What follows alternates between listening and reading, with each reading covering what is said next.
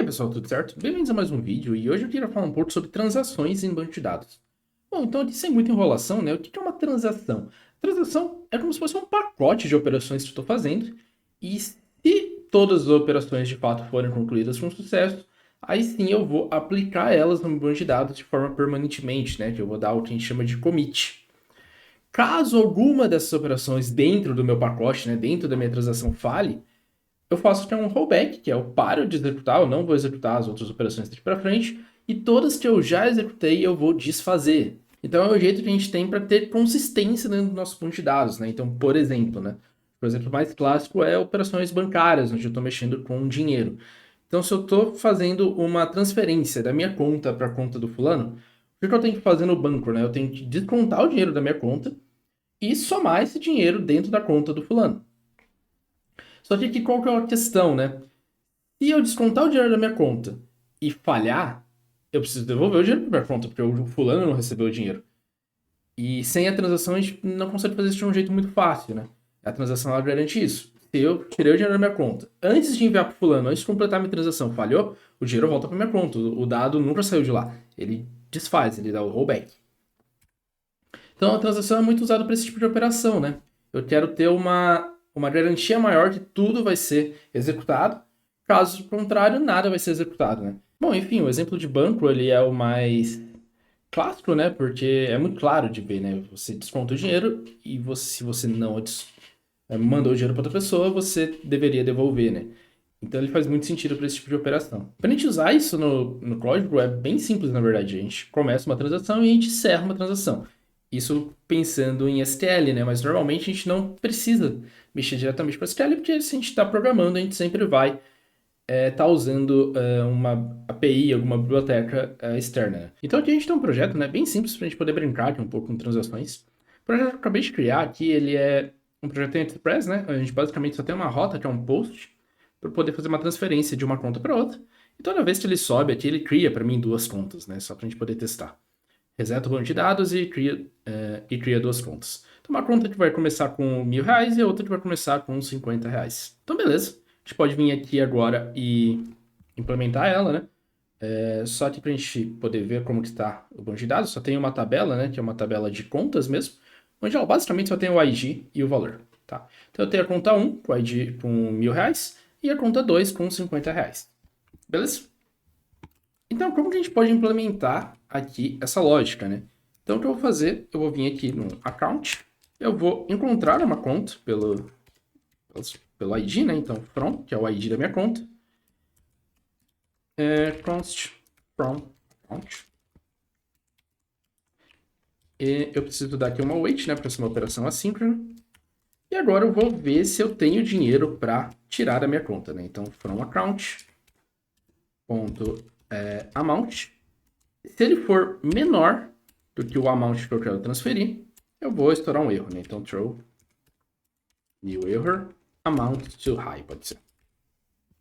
Beleza.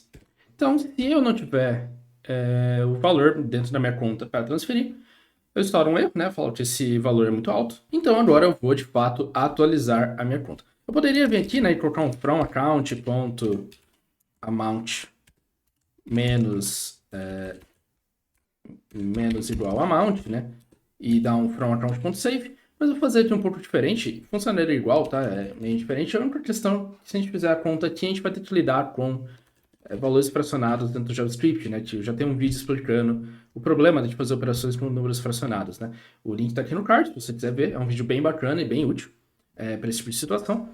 Mas para a gente não ter que lidar com isso, vamos fazer a operação direto dentro do banco, né? Então, para fazer isso, eu vou colocar aqui account.update, eu vou atualizar direto. E o que eu vou atualizar? Eu vou atualizar o amount do meu valor, então amount, e o valor dele vai ser um valor literal, e vai ser o amount que ele já tem lá, menos o amount que eu estou passando. E para fazer isso, eu vou trocar aqui para o template string para poder substituir o valor aqui. Então, amount. Beleza. E onde eu vou fazer isso? Eu vou fazer isso onde o meu ID for igual ao ID do cara que eu estou transferindo, né? Então, que eu estou tirando o dinheiro. Então, onde o ID for igual a from. Beleza. Isso aqui também é uma operação assíncrona, né? Então eu vou dar um await. E eu vou copiar esse cara aqui e eu vou refazer ele. Só que agora, em vez de subtrair, eu vou somar dentro do cara que vai receber. Então, tio. Beleza. É basicamente isso. Então eu estou procurando, né, o valor. Se o valor não existe ou se o valor for muito baixo, eu estouro um erro. E daí eu atualizo o cara que está transferindo para tirar o valor da conta dele e atualizo o cara que está recebendo para adicionar o valor dentro da conta dele. Vamos executar esse cara agora, eu vou mandar ele rodar aqui. Então, npm run start, ele já vai criar o nosso banco, né? Vamos só confirmar aqui. Atualizar, então um cara tem 1000, outro cara tem 50. Eu vou chamar minha rota aqui pelo Postman, passando, transferindo, né, do cara 1 para o cara 2. Já me deu um OK, 200. Se eu voltar aqui no banco e atualizar, o cara 1 que tinha 1000, agora tem 900, e o cara 2 tinha 50, agora tem 150, né? Então transferi, sendo 1 para o 2. Beleza, perfeito. Só que agora eu não estou usando transações aqui, né? Então o que acontece se eu vim aqui e estourar um erro aqui, por exemplo? Vim aqui e colocar o seguinte. Fake error, por exemplo.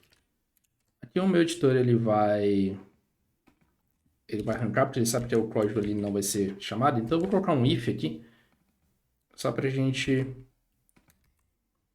poder deixar o código aqui embaixo e não perder. Então eu vou matar meu servidor, mandar ele rodar de novo.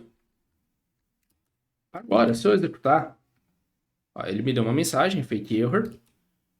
E se eu vir aqui, ele tirou, né, 900 ele tirou 100 do primeiro cara, que sempre começa com 1000, né? Lembrando, toda vez que eu starto meu projeto, ele reseta o banco. Então, toda vez que eu starto meu projeto, esse cara volta a ter 1000 e o segundo cara volta a ter 50.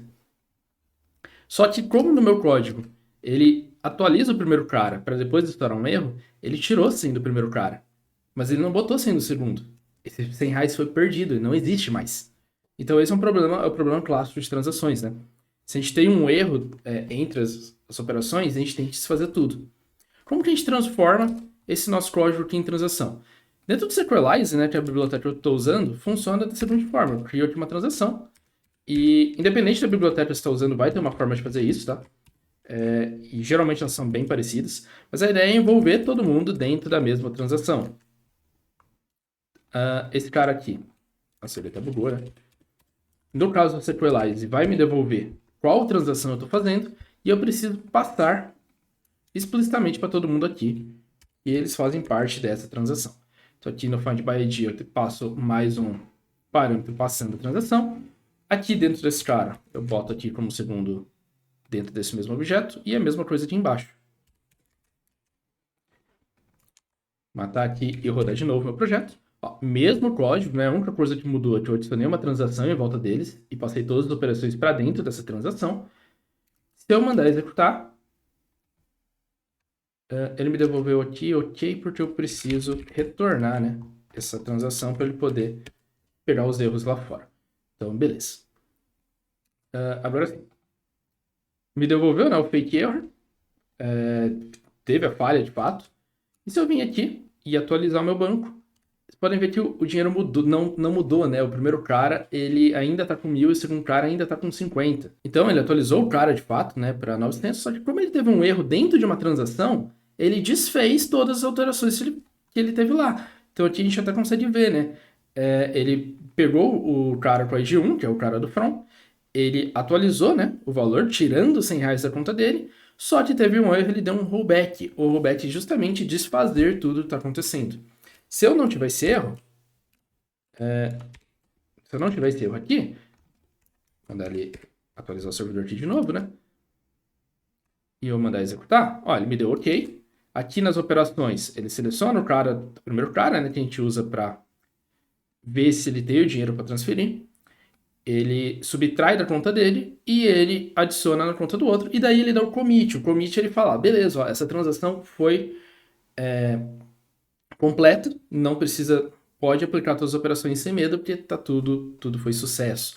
E se eu vim aqui no banco, né, dá o refresh, o dinheiro que era 1.000 foi para 900 e o que era 50 foi para 150.